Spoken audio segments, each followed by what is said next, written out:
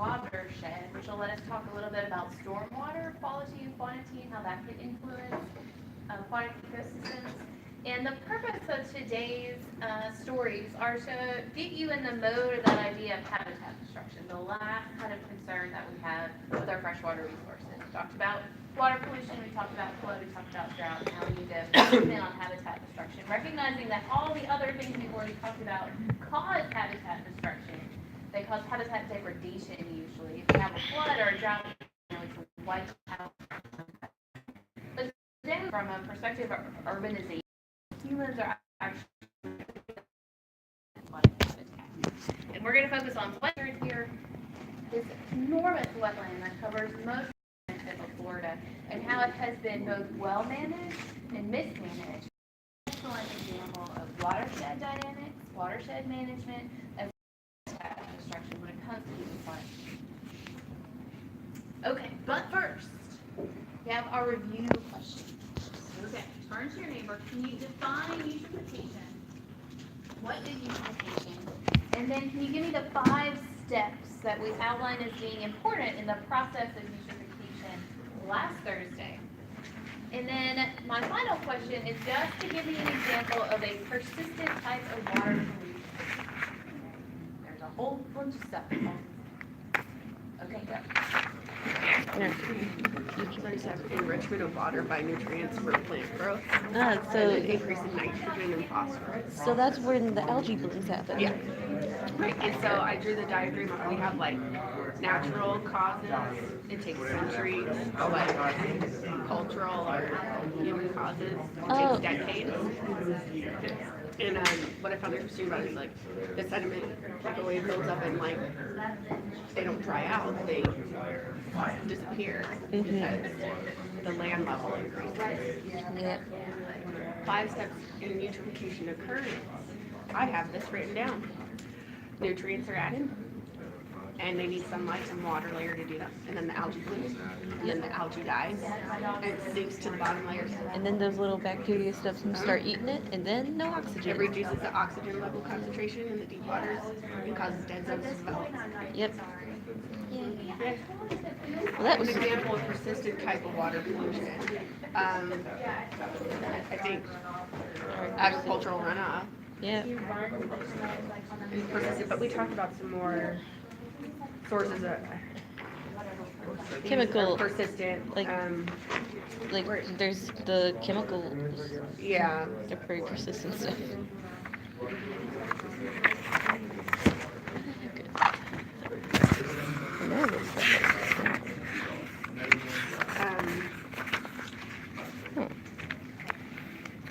Okay. What is The chemical ones, you're right. eutrophication?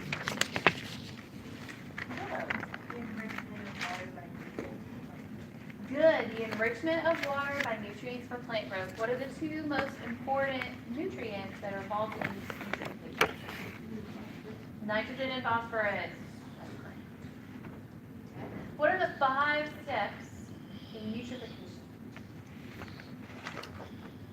Andrew. Number 1 is nutrients added. Yep. 2 is sunlight water layer. Then 3 is algae bloom. 4 is algae die and sink. And 5 is algal decomposition reduces O2 deep down. Good. I'll get back to number 2 in a second.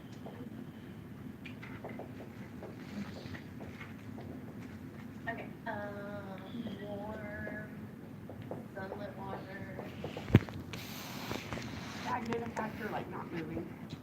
Stagnation definitely intensifies eutrophication, and we'll talk about this on Thursday when we consider solutions, and that moving, flowing water tends to have fewer problems in it because everything gets diluted and moved along and away from that particular location. Stagnant water that's not moving, that's sitting in a place for a long period of time, has the opportunity for all these types of pollutants to build up. Okay, then they become concentrated enough that they become problematic, whatever that particular pollutant is. Okay. And that final step is that microbial decomposition uses up all the dissolved oxygen. And then everything dies. Reduces O2 concentrations. Dissolved oxygen increases biological oxygen demand, all of those things. All right, who can name me a persistent type of water pollution? Yeah. Oil, good. Plastic.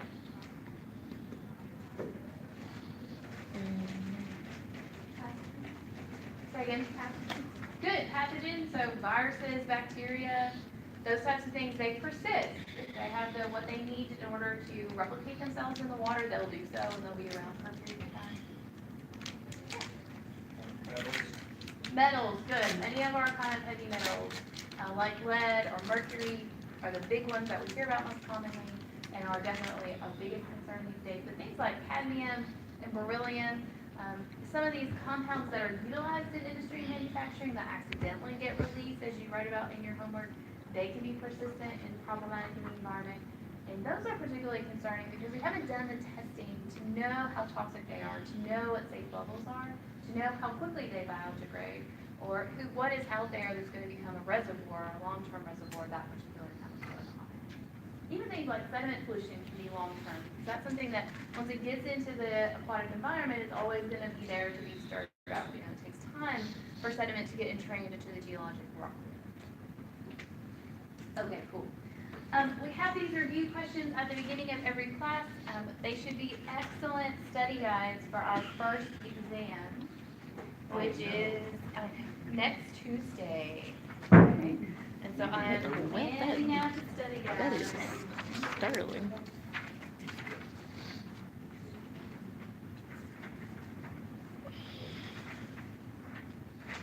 When you come to class next Tuesday, all you need to bring is something to write with, okay? I will give you the exam, you will write on the exam, you will return it to me.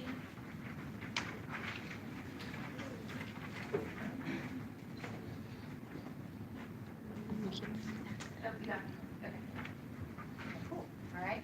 This is a study guide. Please note that it is front and back.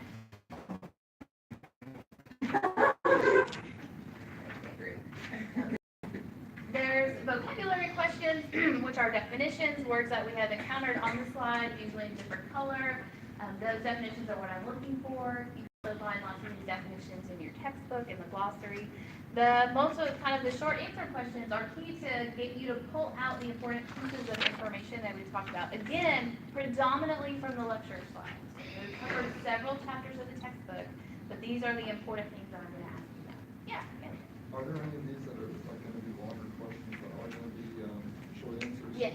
So the exams are usually about 50-50 multiple choice questions and short answer questions. So I'm likely to ask you this exact short answer question. Give me the steps in eutrophication. Why is it problematic? What does it do to dissolved oxygen levels? You're going to write me these things, or you can draw a picture that shows that you have an understanding of this. Okay. There might be listening questions that would say, give me an economic, a social, and an environmental consequence of drought. Show me that you understand this. And a follow-up to that question might be, now that you've identified the problems of drought, give me a 3-point plan of how you would deal with this, in the southwestern United States, for instance, or, an ecosystem we talked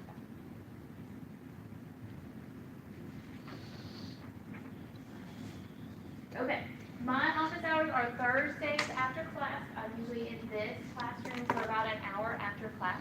So I encourage you to take a look at the study guide now.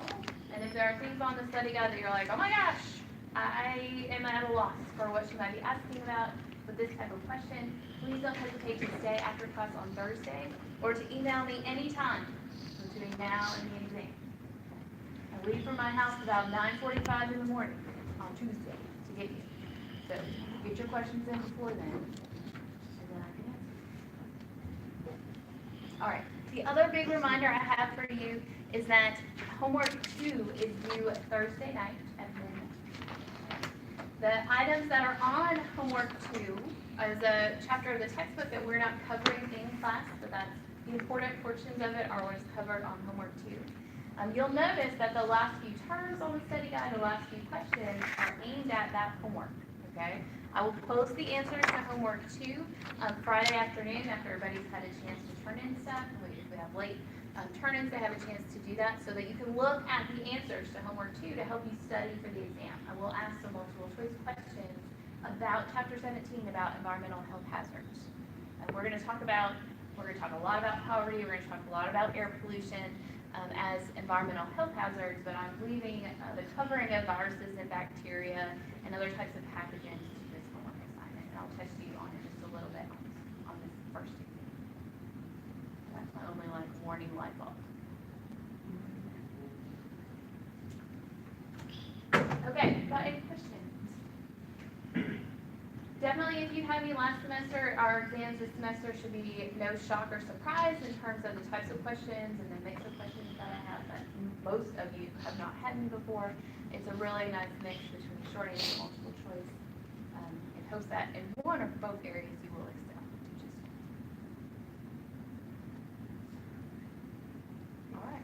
But the time to study is now. Okay, don't leave it until Monday night. We have covered 4 to 5 chapters of the textbook. Had a bunch of class before we're going to take our first one. Okay, all right. As we're going through class or as we approach Thursday, don't hesitate to ask questions about the exam, either logistics-wise or content-wise. Answers to questions that you've encountered that you can't find in the lecture notes. Everything's on the table.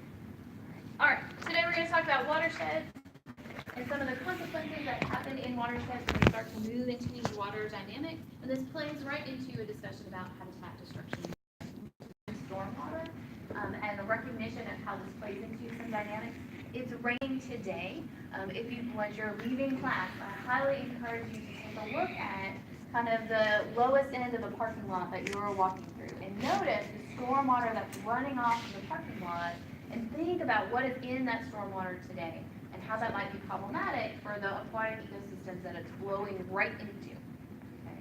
Because that's the key factor with urban stormwater is that it goes straight into the aquatic ecosystem without getting a chance to infiltrate and percolate into the soil. Okay? And then at the end of class today, I want to focus on the Everglades in Florida and give you kind of an in-depth look at what happened in that particular wetland ecosystem, both good and bad. Do what? Everglades is really good. I encourage you to go if you haven't. That's where that construction project my husband was working on, was in that. Okay, all right, let's do it.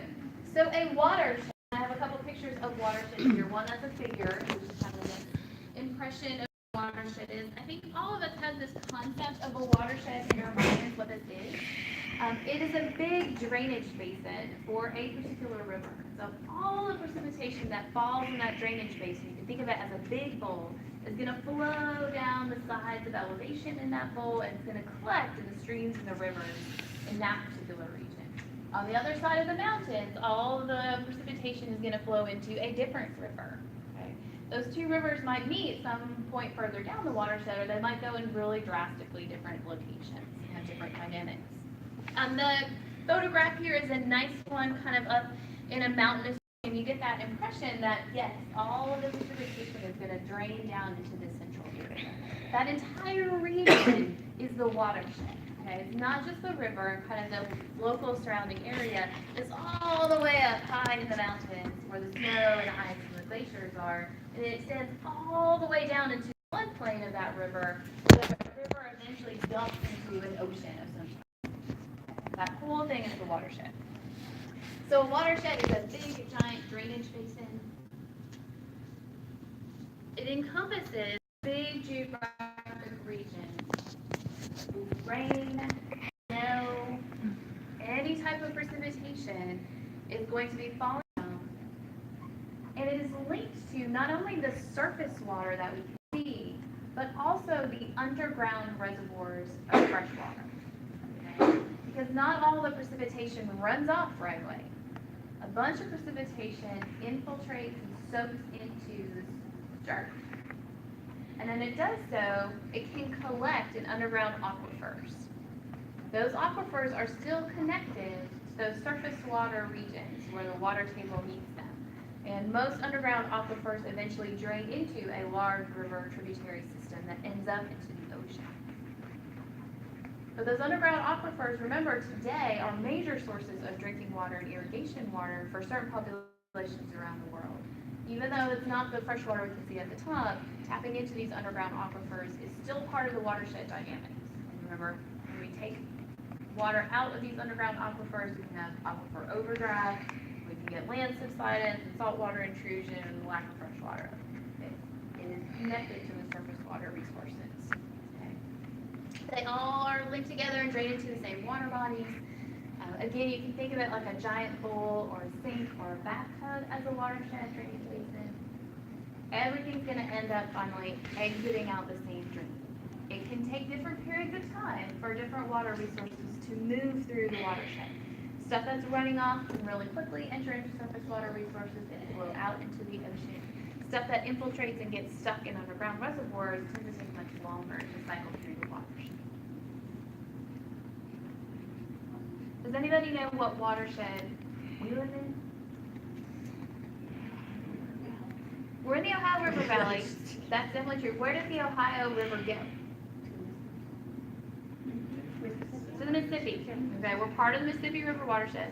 Does anybody know our local watershed? Oh yeah, you know it. Good job. We're in the East Fork, kind of local watershed here in Claremont County. Where I live out in Mason, I'm in like the Little Miami watershed. Okay, that's like my local little tributary. And then the East Fork and the Little Miami, they go into the Ohio, and the Ohio goes into the Mississippi. The Mississippi goes out into the Gulf of Mexico. There are different management practices at different levels of the watershed, right? Like when you have the little storm drain emblem next to your street curb, it says, you know, be careful, this drains right into the river. They're talking about the East Fork or the Little Miami or the Ohio. Okay, they're not talking about the Mississippi, even though in a greater scale we're part of the Mississippi watershed. And there's management for the whole watershed. And just as we talked about with sea level rise, watershed management usually happens at a very localized level. If we really want to take action and see kind of movement and understanding of water resources. But in most cases, there's this enormous watershed behind the local water dynamics, okay? So we are part of the Mississippi River Basin. This is the largest watershed here in the continental United States. It drains 41% of the United States. This is the Midwest region as well as the portion of the United States on the line of the Appalachian Mountains, like our Ohio River Valley region. The Mississippi River starts up in Minnesota, has a ton of tributaries that extend out over the plains all the way over to the Rockies. Okay, it drains all of that water out to the end of the toe of the boot of Louisiana. On the other side of the Rocky Mountains, you have other drainage basins and other rivers that are carrying water out to the Pacific Ocean. On the other side of the Appalachian Mountains, you have a whole bunch of watersheds and drainage basins that carry water out to the Atlantic Ocean. The enormity of some of these watersheds is what makes them both dynamic and interesting and vital resources for different populations and communities. It's also what complicates management, as we've noticed with our river that we created in the class on Thursday. You can manage your local scenario quite well and meet localized needs, not recognizing that you're impacting what's happening downstream. That what is happening in a community upstream of you can complicate what you're trying to do in your local community. Okay, all right. So a watershed, there are two things that happen when it rains or snows in a watershed. And the first one is that this precipitation that falls can run off. Okay, it moves directly over the surface of the ground and it enters the surface water resources, the freshwater pools that are on the surface of the earth. These surface water, freshwater resources come in two general varieties, right? You have standing water, freshwater, that's the lakes, the ponds, okay, the Great Lakes. The little reservoirs we create behind dams definitely fall into this category. These are known as lentic freshwater ecosystems. Okay, standing water, the lakes, the ponds, the wetlands are lentic freshwater surface water ecosystems. They're formed by the precipitation runoff that pools in low points on the Earth's surface. We also have all these flowing, rapidly and sometimes sluggishly moving water, surface water resources. Those are our streams, our creeks, or cricks where I come from in Arkansas, the rivers, and these are our loadic freshwater resources, are the flowing freshwater resources in the watershed.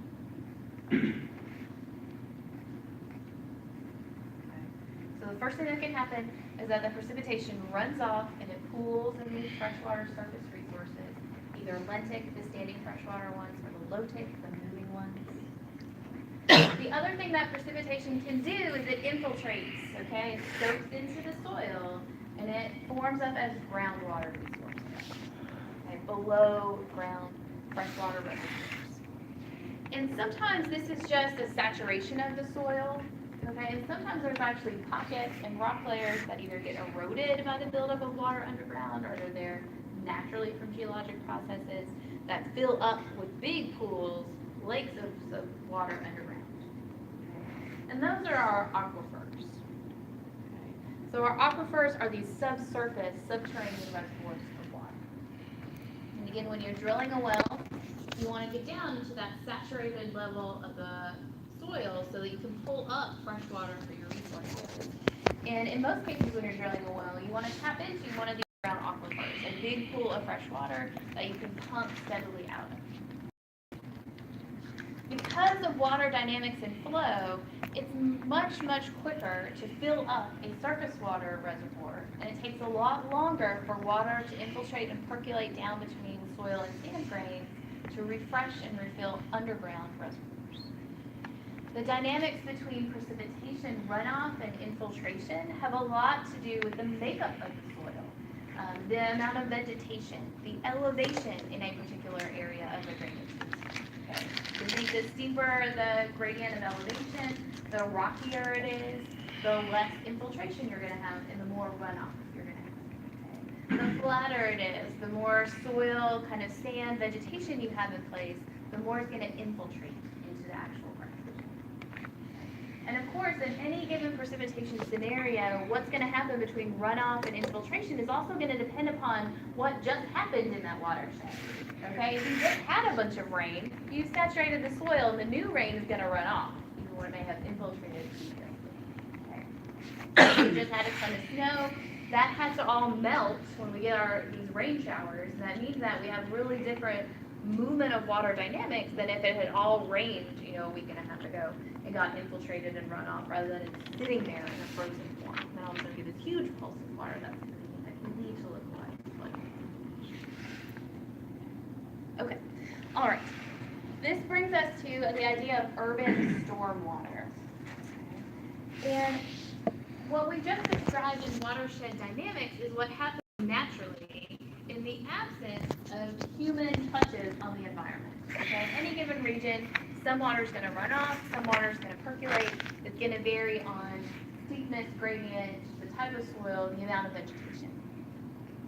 When humans build over the natural environment, they create an urban environment, they create a human environment, and it drastically shifts the result of precipitation between what runs off and what infiltrates into the soil. Okay. In most instances, when humans start to build in ecosystems, whether it's a house, a parking lot, a road,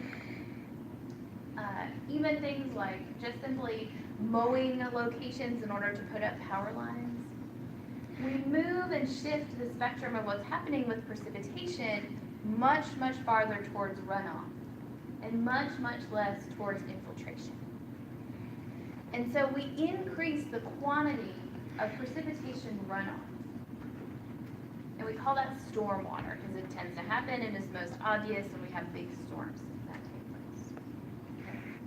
So urban stormwater is the result of the replacement of previously pervious surfaces, and pervious refers to surfaces where precipitation can infiltrate into the ground, with impervious surfaces, with surfaces where the water can't penetrate and it's now going to run off over the land rather than infiltrate.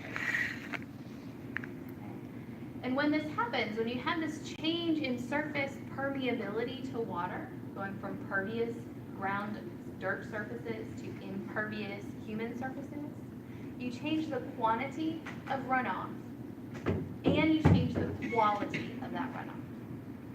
And so we have two big problems when it comes to urban stormwater. We're changing the quantity of how much stormwater is there, and we're changing the quality of that water. In general, it gets dirtier in lots of different categories than if it was natural runoff in a normal ecosystem. In general, what happens in kind of moving from normal environments into fully urbanized environments is that we tend to increase the amount of precipitation that runs off by at least 45% or more. In many natural ecosystems, 90% of the precipitation that falls on the ground infiltrates into the soil and only 10% runs off.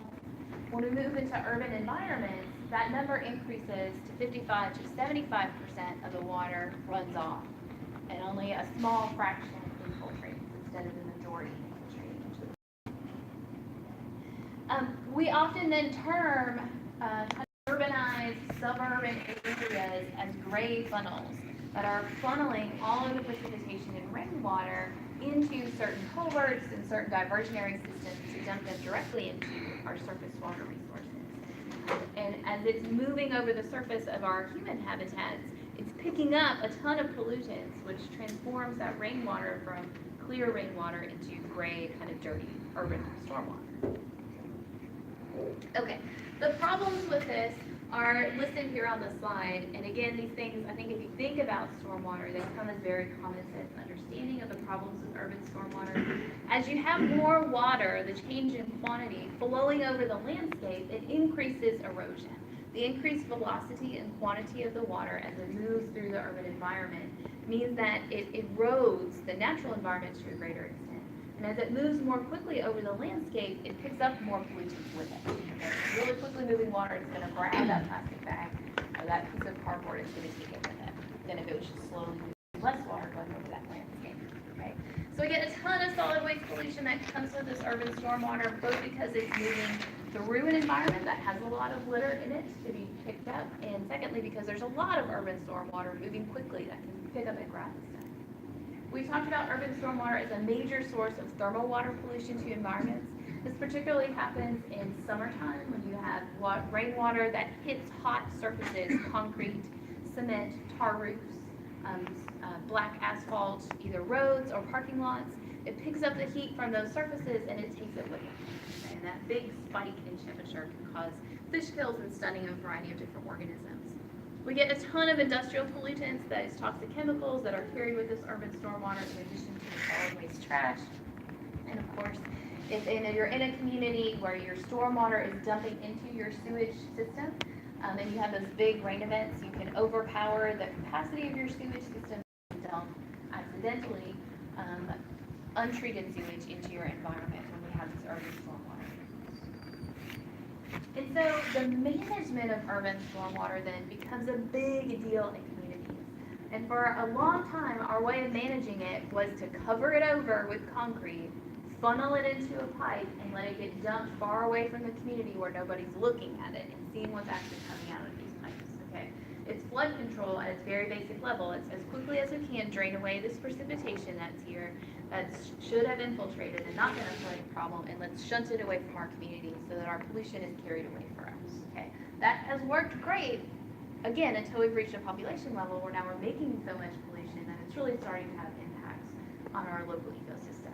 And as climate changes, we're starting to see that different communities are having bigger, more intense storms, and their stormwater systems are not capable of handling the amount of input that's coming. Okay. So this, of course, is the story when rainbows aren't all that cute anymore. Not all rainbows are as cute as unicorns, and rainbows are bad. So we have urban storms that push up these pollutants that are on surfaces in human habitats and carry freshwater resources. This is a part of the media message about stormwater runoff, the campaign that Seattle did maybe about 5 years ago, as they were embarking on this really big shift in how they were handling stormwater in terms of building new retention ponds and sewage treatment. Okay, again, coming out of Seattle, what I want you to recognize is the impact of this stormwater. It's not just erosion, it's not just that it's carrying solid trash with it, it's the fact that it's picking up these toxic chemicals that are laid down potentially in very small quantities on roadways, things, compounds that are coming out of fossil fuel combustion, compounds that we utilize in order to treat our engines and keep them moving. Those things drip onto roadways. And when it rains, then they get dissolved and they wash away freshwater resources. And because everybody's doing it, it becomes a big problem. You get a lot of these chemicals that can end up in freshwater resources. And not only do you get thermal pollution, but then you can start to look at toxic pollution. What they found in Seattle, as they were looking at returning salmon populations, was that there's a bunch of salmon that come up into the lakes right around Seattle. And there should be a ton of salmon that are spawning upstream in the little rivers and tributaries that come out of these lakes. And they were like, but that's not happening. And they looked and they saw that most adult coho salmon that come back into the freshwater lake around Seattle actually die in the lake. And they don't actually make it up into the rivers and streams to actually spawn. And they were like, well, why is that? And so they looked, and the water pollution that is coming off the roadways in Seattle is actually extremely toxic to coho salmon, even in their adult form. And that exposure to water that's collected running off the bridges in Seattle will kill adult coho salmon within 24 hours. And they were like, oh, that's why all the salmon are dying, because we just dump all of our water that's running off our roadways right into the lake, okay? Thinking that dilution would be the problem, would be the solution to our pollution, but it's not. It actually has consequences. The really interesting thing about this particular study they found was that if they take that stormwater that's coming off the roadways, and instead of just dumping it straight into the stream or the lake, they let it run through a barrel of sand, like a 55-gallon drum full of sand. It completely cleans out the pollutants in the sand. So that's what they've done. They rerouted stormwater runoff from these parking lots, from these bridges and roadways, and they capture it and let it run through soil before it enters the lake. They recreate infiltration and percolation of the stormwater through the dirt, and it cleans out these pollutants. Yeah. What happens if it rains a lot? So in that case, they have to have set up for what do they think the maximum amount of stormwater is going to be coming out of this particular drain pipe. Do we have a big enough kind of what we call like a French drain system? Do we have a big enough field to soak up all the pollutants, both to prevent flooding and then also to clean up our waste forests? So is it like on the ground, they just have like a bunch of sand? Yeah. The idea is that instead of you're driving across the bridge in Seattle and it rains, and you can just watch these waterfalls of water sheeting off the roadway through these drain pipes directly into the lake. And instead of doing that, that water now gets captured in a pipe and it's shunted into the ground right next to the lake. So it gets a chance to infiltrate and work through the soil before it enters the lake underground. Now, the next level problem is all these pollutants now are building up in the sand, in the sediment around the lake. We're going to have to eventually deal with what are we going to do with the pollutants that are in the dirt now. But at least we can clean up the fresh water through this type of process. I thought, okay, I was picturing something different. I was thinking artificial. Right, like a big pit or like a big area you've got Like a lined with a bunch of concrete- sand in it. Yeah, I was thinking like a concrete box with a big thing of sand in it. No, it can be that, or it can be as simple as just letting it sit on the ground first, okay? And that's what I want you to kind of recognize about these solutions, is that we've changed the ecosystem from what it used to do. Some of the solutions are as simple as going back to how it used to be. If we can shunt that stormwater to go back into the soil, it will get cleaned up for us. But then we have to do that. But then we have to deal with the cleanup. Right. So that's what I'm saying, the concrete box with the sand sounds like a good option. Yes, and so that's another aspect to this, is that in creating where the stormwater goes, if you have some type of containment field, if you know where that stormwater is going to be, then you can manage that dirt and that sediment too. I can't guarantee you that's what Seattle's doing. But I know they have changed of where the runoff goes on the beaches.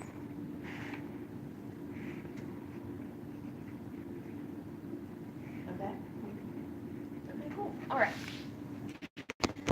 Estuaries are one of these interesting places then where freshwater resources meet saltwater resources. Okay, so an estuary, very simply, is where a river meets the sea or the ocean. The river is going to be bringing in fresh water. The ocean, the sea, is going to be salt water. And these are very, very unique environments because the organisms that live there have to be able to tolerate fluctuations in salinity, fluctuations in temperature, fluctuations in organic matter, fluctuations potentially in light quality and quantity. As you get this movement between freshwater input and saltwater on a daily basis with tidal changes, and then also on a seasonal basis with pulses of freshwater that are gonna be coming down the river largely in spring, when you have all the frozen precipitation that melts over a short period of time and runs through the watershed. Because the estuary is a place where all the water sources are dumping into the ocean, they tend to have high nutrient loads. They tend to be, as a result, places of great productivity because there's lots of nutrients in these areas naturally for plant growth. That makes estuaries excellent places for fisheries. And fisheries of all types of organisms, not just fish, vertebrates, but also invertebrate, crustaceans, mollusks, all your clams, your oysters, your lobsters, your shrimp. Okay, that's the estuary, is the foundation of lots of those fisheries. Because that's where the nutrients and the phytoplankton and the primary producers are to support those types of fisheries. They tend to be really high diversity because you've got the mix of the freshwater organisms, you've got a mix of the marine organisms just offshore, and then you've got those uniquely estuarine organisms that are adapted to the changing conditions of the estuary. They are also very, very important for humans. Estuaries usually are in areas that are a little bit secluded from the worst of the waves and the weathers and the tidal input, and they make great harbors. They make great safe places for boats to come in and be able to meet all of the trade and commerce that is coming downriver with all the goods and services and communities upriver that can be traded and moved around at that estuary location. And so many of our estuaries today are extremely urbanized because there are traditional centers of commerce where we can have ocean trade coming in and moving with the river trade coming down the river. There are also places, of course, of fisheries, and so we have lots of fishery industries that are happening around estuaries. In this particular estuary, we can see really easily the sediment that is flowing down in this particular location. The estuary is usually what we consider a floodplain region, where you have this big flow of water that's going to spread out and dump its load of pollutants and sediment and nutrients into the coastal ecosystem. And that's natural and normal. We've enhanced all of the flow of that stuff down rivers with our channelization and our buildup and our levees and dams and dikes that we built along the ecosystems. Surrounding estuaries very often are really key communities known as coastal wetlands. And a coastal wetland is simply a coastal area, so something where the land is meeting the ocean, salt water, that's covered with water all or part of the year. And very often this is in association with an estuary where you've got this freshwater input. But really, any community along the coast where you've got salt water that's covering it on a tidal basis with high tide and low tide, or you have water that inundates it when you have wave action, or you have water that's sitting on top of the land for most of the year, counts as one of these coastal wetland communities. In saltwater ecosystems, we tend to recognize these as our salt marshes, which have a variety of high salinity tolerant flowering plants like reeds that grow in these locations and provide the base of the food chain. And these are our mangrove swamps, where we have these salt tolerant trees, the mangroves, that are able to grow in standing saltwater and provide the main source of habitat and primary production for those types of ecosystems. They're unrivaled habitat, again, in terms of diversity, and they provide really key nursery habitat for lots of juvenile organisms, where they can go and hide in the salt marsh of the mangrove swamp until they're of large enough size that they can fight off a certain number of predators or become important predators themselves within food webs. How many of you have been to the salt marsh? Probably. If you have gone down to the beach and you have smelled that dirty sock odor smell, you have been to the salt marsh.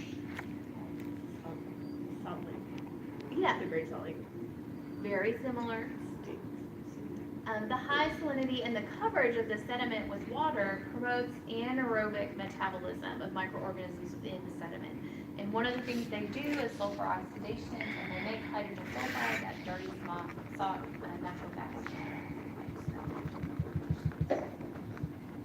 All right, we have inland wetlands too. Okay? And again, when we think about an inland wetland, we have have a piece of land that is covered by fresh water for all or part of the year. And this runs the gamut of what we consider to be a wetland.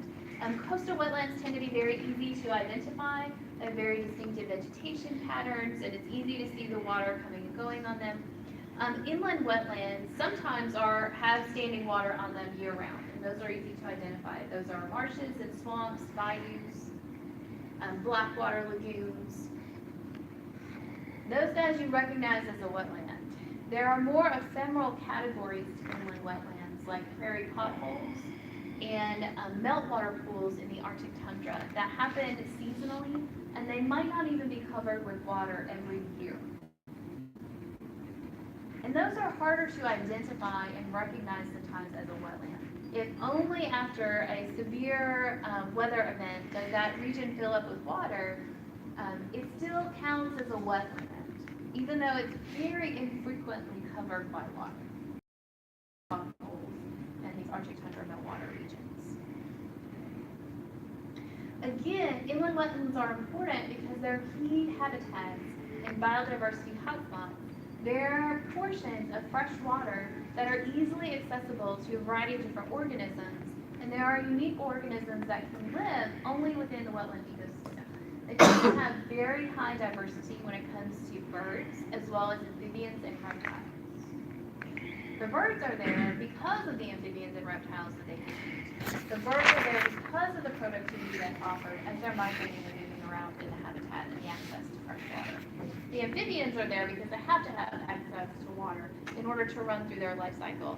And it can be very similar in terms of some of these types of reptiles. So we see lots of different types of organisms when it comes to inland wetlands.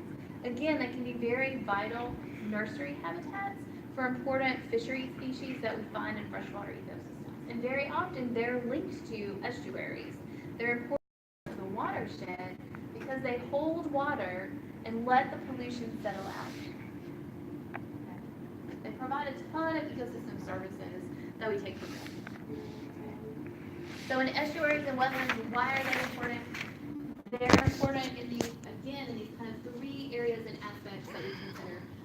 They provide these key ecosystem and economic services. Most importantly, they filter water.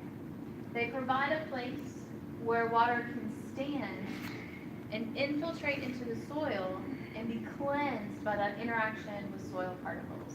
The chemistry of soil particles is really interesting, and they have crazy ionic interactions with things in water that surrounds them, and they'll pull out these heavy metal ions. They'll pull out these persistent organic pollutants, and they'll immobilize them on the sand and sediment grains themselves and hold them in place and then keep them out of the fresh water. They provide very key flood and erosion buffers. Wetland ecosystems are giant sponges. Okay? They are made to take up excess precipitation and floodwaters in a region. The sediment that's underneath them is in contact with the underground reservoirs and can suck in that excess floodwater. They're covered in vegetation, which means that the soil is rooted in place and not likely to be eroded and become problematic in flooding high water storm surge areas. Okay. There's stream and underground reservoirs for water resources in our inland wetlands. You have to be careful in coastal wetlands what salinity you've got in terms of using that water for drinking water or irrigation purposes. You can get into too saline water to be useful for those purposes. But it can still be fresh water lots of times right up to the edge of the coastal wetland. They're key habitats that we talked about. You can see in the pictures here, they're really fun places for recreation and fishing. We use them for agricultural purposes. The soil in these locations is very, very rich because they have a history of sediment buildup and nutrient buildup. So very often we drain wetlands and we utilize that area for agricultural purposes. They're also key aquaculture purposes, places where we farm fish and invertebrates, then that we can easily corral and harvest when they get to harvestable age. So wetlands are just a tiny fraction of the terrestrial aquatic habitat that kind of fall in both categories. But they do some of these key ecosystem services for us that we can't do without the wetland ecosystem. But they are prime human habitat. Okay, we want to live in the wetland because it's right on the beach. We want to live in the wetland because it's right on the harbor. It's close to all the action. We want to develop the wetland because it has nutrient-rich arable soil that we can utilize to grow crops or that we can range our crops. And that becomes the problem with habitat destruction. We see habitat destruction of aquatic ecosystems to some extent when we have sediment trawling, when we have weed buildup, when we build infrastructure out into the aquatic environment. But most of the problem in habitat destruction when it comes to water resources is happening in the wetland, in that transitional place between water and land. And we want to live there, as I said, because that's prime real estate, both in terms of being a beautiful, diverse place to live, and then because you're close to that commerce, those trade epicenters that happen around estuaries, that happen along the coastline, where you have access to goods and services from all different places.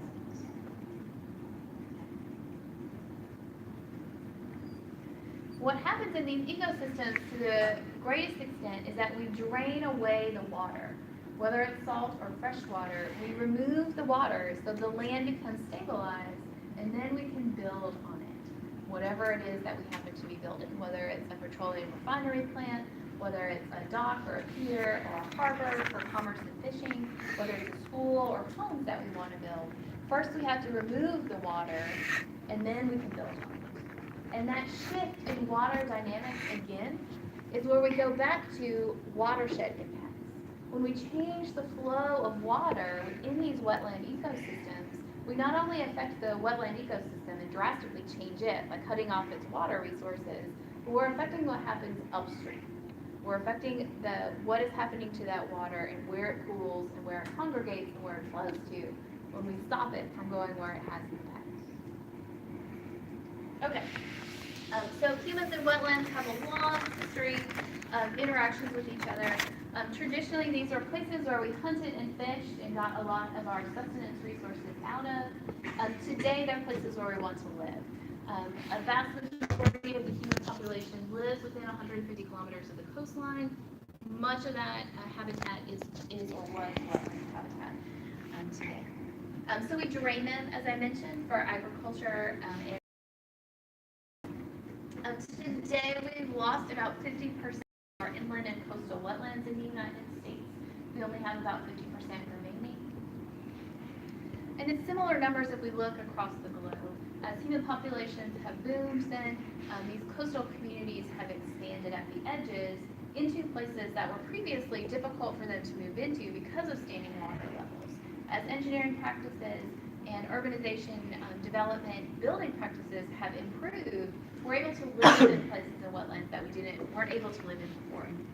And the problem with development in wetlands is that we lose all of those ecosystem services that the wetland provided. All of a sudden now we're open up to saltwater intrusion of aquifers. All of a sudden we're open up to flooding scenarios when we get big storms. All of a sudden we're losing the native habitat and biodiversity that was found in these ecosystems because we have removed them from the basin. There are different levels when it comes to habitat destruction and degradation. In habitat destruction, that's the complete removal of the habitat. We're totally transforming it into something else. So destruction is the complete removal of the habitat. I'm getting used to the shot. Degradation is when that habitat might still be there, but it's no longer the quality that it used to be. You might still have a wetland habitat, but now it's adjacent to a roadway where you have urban stormwater runoff. You still have a wetland habitat, but now you have agriculture or ranch land attached to it, rather than the wetland that used to be there adjacent to it, and that then runs off and has consequences for water and nutrient flow that have changed in that ecosystem. Okay. The picture we have here, of course, is the Everglades in southern Florida. This is Miami and environs, all right? And this is the Florida Everglades. And this all used to be wetland habitat until the early 1900s, around 1930, 1940, when we, as a nation, decided that we were going to develop the southeastern side of Florida into Miami. Okay. So the Florida Everglades is traditionally known as the River of Grass. It used to be this big salt marsh habitat where you can see the wind rippling across the salt marshes, very similar to you can see the big field agricultural fields that we have here in the Midwestern United States. The Everglades at one time covered 4,000 square miles of southern Florida.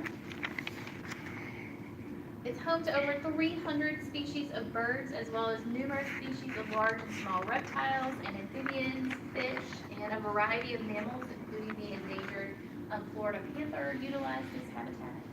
It's a really fun place to go if you want to visit wildlife and ecosystems that are totally different than what we have here in the deciduous temperate forest of the Midwestern United States. It's hot, it's muggy, it's salty. When you step into the Florida Everglades, you're going to sink up to your knees in mud, okay? Because that's the water saturation and the types of sediment and soil they have there.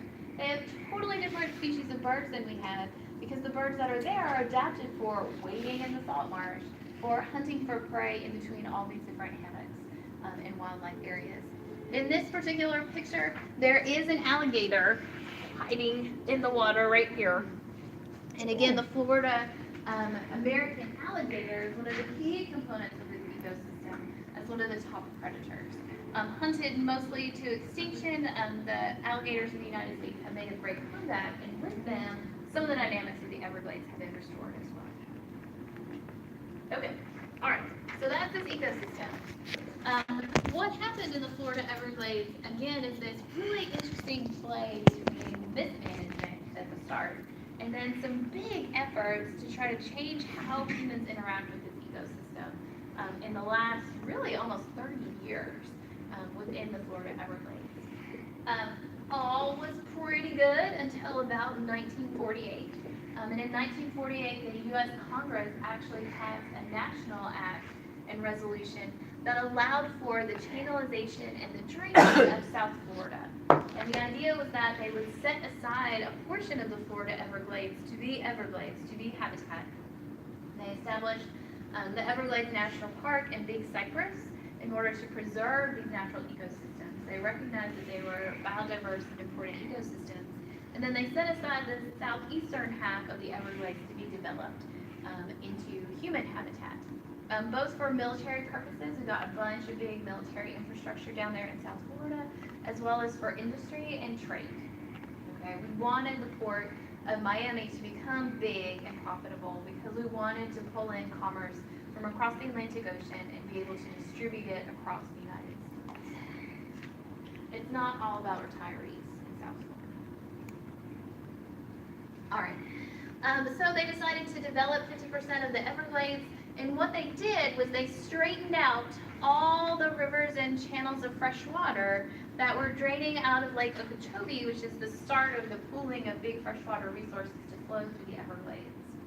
And in doing so, the purpose was to drain the water out of the surrounding wetlands so they could start to build upon it. And then also to control flooding in this region, to control the pulses and movement of fresh water within the ecosystem so that they could have reasonable confidence that there were grasslands for grazing and agriculture and urban development not flooded by the seasonal unused basins. They did establish these two big preserves, and they have a whole bunch of water management districts within South Florida. I have this funny little sign that I found here that notes that, just like we have in our region, we have all these little watershed management districts. What's interesting is that they kind of failed. All right, this is a picture of Miami today in one of their stormwater flooding events. The channelization and the rerouting of fresh water within the developed portion of the Everglades has had, in many cases, the opposite effect from what they intended in these types of changes they made to freshwater flow. Okay, all right. So what they did was they diverted the fresh water and they sent it in places and ways that it did not traditionally flow. They shunted fresh water into certain channels and reservoirs that could be used for sanitation and irrigation, drinking water purposes, and in doing so, they drastically changed watershed dynamics. It is a classic case of humans interfering with the natural flow of water in a watershed and then having to deal with the unexpected consequences of that. Perhaps if our Generations before us had taken the time to think about what might happen when we changed water flow in the Everglades. We might have predicted and been able to build for some of these consequences. But at that time, there was a big push in order to industrialize and urbanize South Florida, whatever kind of the consequences might be. What we saw on the ecosystem side of this was that we got ecosystem change and a ton of biodiversity loss within the Everglades preserves. In the areas where we developed, of course, the habitat was completely wiped out. But we thought that the Everglades would be a reserve for these species that were being lost in southeastern Florida, and that was not the case. We've had a 90% decline in wading bird numbers. It's just one example of the amount of biodiversity loss that happened in the Everglades due to the changes in water flow dynamics. We now have real problems with invasive species, most predominantly things like Burmese python in the Florida Everglades that are changing the food web dynamics toward species that were not there traditionally, and they're eating species that don't know how to defend themselves against these invaders. We've seen a big kind of shift even in the primary producers that are present within the Florida Everglades. We've lost a bunch of the traditional sawgrass, salt marsh grasses, and they've been replaced by invasive species. Okay. So we've had ecosystem change and biodiversity loss, both in terms of degradation as well as true habitat destruction. We've had a big change in stormwater runoff in both quality and quantity. The channelization of fresh water means that you have these big volumes and velocities of fresh water running down these channels. It's easy for them to flood into areas that are supposed to be protected by those exact same channels. It also means that water doesn't infiltrate into the soil to provide that water saturation that's the foundation of these wetland plants and ecosystems. With this stormwater, we've had not only floods, but we've had droughts. As we've moved water from one location to another, some places get too little and some places don't get enough. And we have real problems with eutrophication, with nutrient pollution. And this is a harmful algal bloom that's in the Lake Okeechobee, which is at the northern end of the Everglades ecosystem. Because a ton of the agriculture and sewage runoff from central Florida now gets shunted directly into Lake Okeechobee, they have real problems with cultural eutrophication. They get these green algal blooms all summer, every summer, to the detriment of the water quality in Lake Okeechobee, and then to the detriment of tourism, recreation, and the normal wetland ecosystem that's supposed to be there. All of those nutrients flow out of Lake Okeechobee and on into the Florida Everglades, where they continue to cause these production. So we have this problem with eutrophication.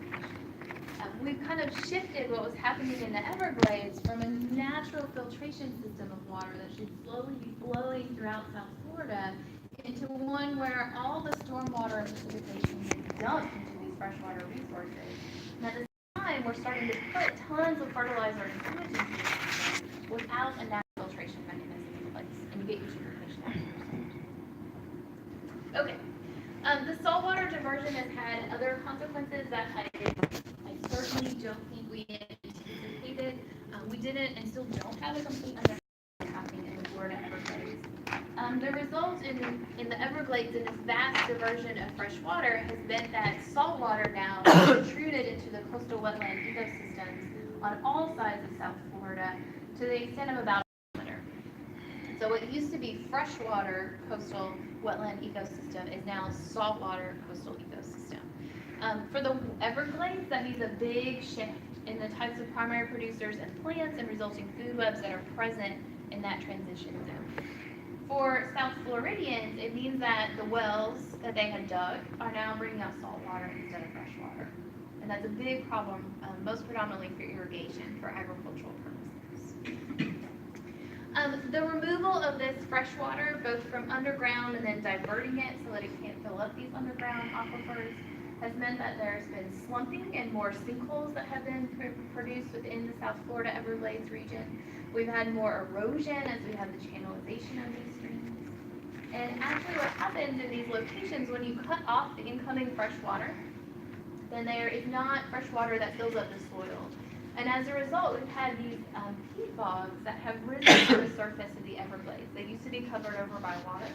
And peat bogs are a result of buildup of dead and dying vegetation in a particular location, which is totally what happens in salt marsh ecosystems.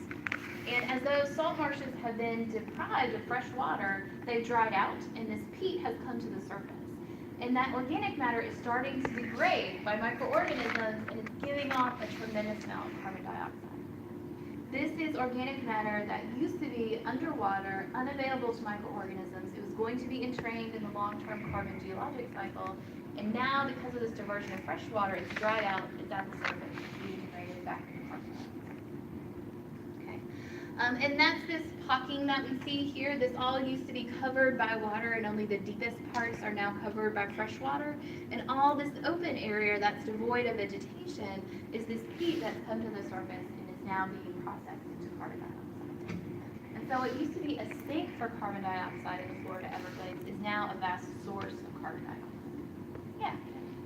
So if, when the ocean rises, is it gonna create more of these like all over?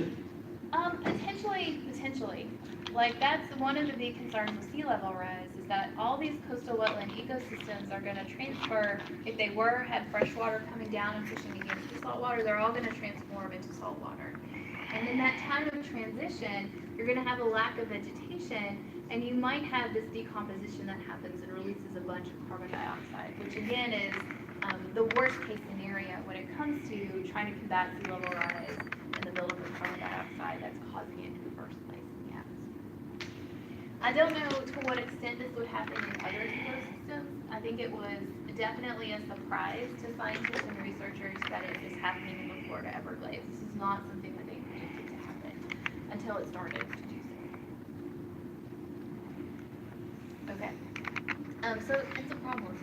And as a result of this change in water dynamics, as I mentioned, they have flooding and they have a lack of fresh water. The two things that the purpose of this development project in the first place was to control and prevent flooding and provide fresh water for South Florida. Okay, so what has happened in the Florida Everglades essentially, this is the traditional, this is a traditional flow of fresh water in the ecosystem. It starts up here around Orlando, it flows through the ecosystem, saturating this into wetlands and coastal and inland wetlands here in South Florida. After the 1948 resolution, we cut off the flow of water essentially into South Florida, and we diverted that water out to the sides and let a little bit continue to flow through the Florida Everglades and Big Cypress National Parks. And that led to the problems that we see in this ecosystem, both in terms of lack of fresh water as well as flooding, eutrophication, the dieback of these wetlands. What they plan now is pretty phenomenal. They recognized in the 1970s already that they were having problems in South Florida, that their water management plan was not producing the results they desired. And in the 1970s and again in the 1990s, they have embarked upon restoration efforts to the Florida Everglades to start to replenish the flow of fresh water to the ecosystem, in hopes that not only can they bring back the dying parts of the Florida Everglades and restore some of the natural water dynamics, but then this will benefit not only the ecosystem, but also people that live in South Florida, which is ever increasing population epicenter in the United States. Okay, so what does that plan look like? The Florida Everglades is another good example of what we can do in terms of solutions.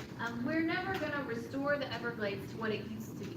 Okay, we've passed that point, and we can't restore it because we have people that live there and they own property and they're doing really vital things in South Florida. We can't ask them all just to move. Okay, like we can't pick up Miami, although I might like to drop it on Jacksonville. Okay, like it's not working. So we have to find a balance. So we're never going to get the Everglades back, but we can rehabilitate this ecosystem. And ecosystem rehabilitation is probably, in addition to prevention, the best to all the various problems that face water resources. So in 1973 and again in 1991, Florida as a community passed several resolutions that are aimed at remanaging, redistricting freshwater flow from Central Florida down into the Florida Everglades.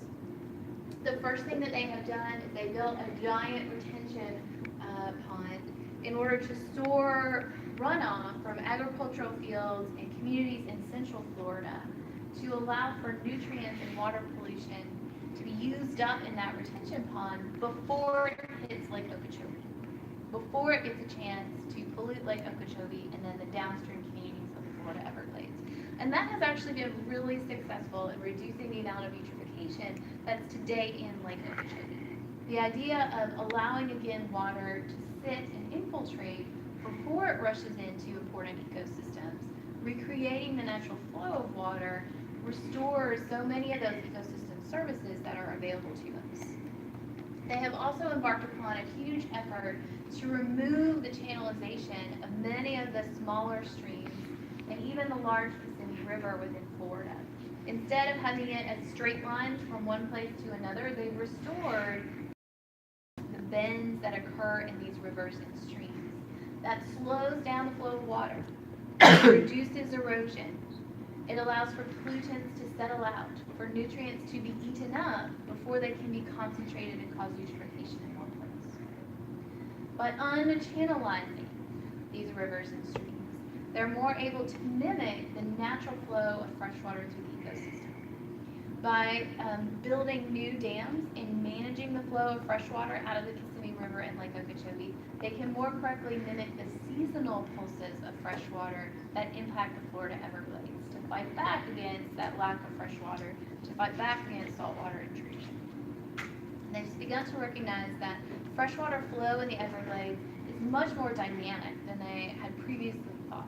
That it's not just this constant flow of water out of the Kissimmee River and Lake Okeechobee.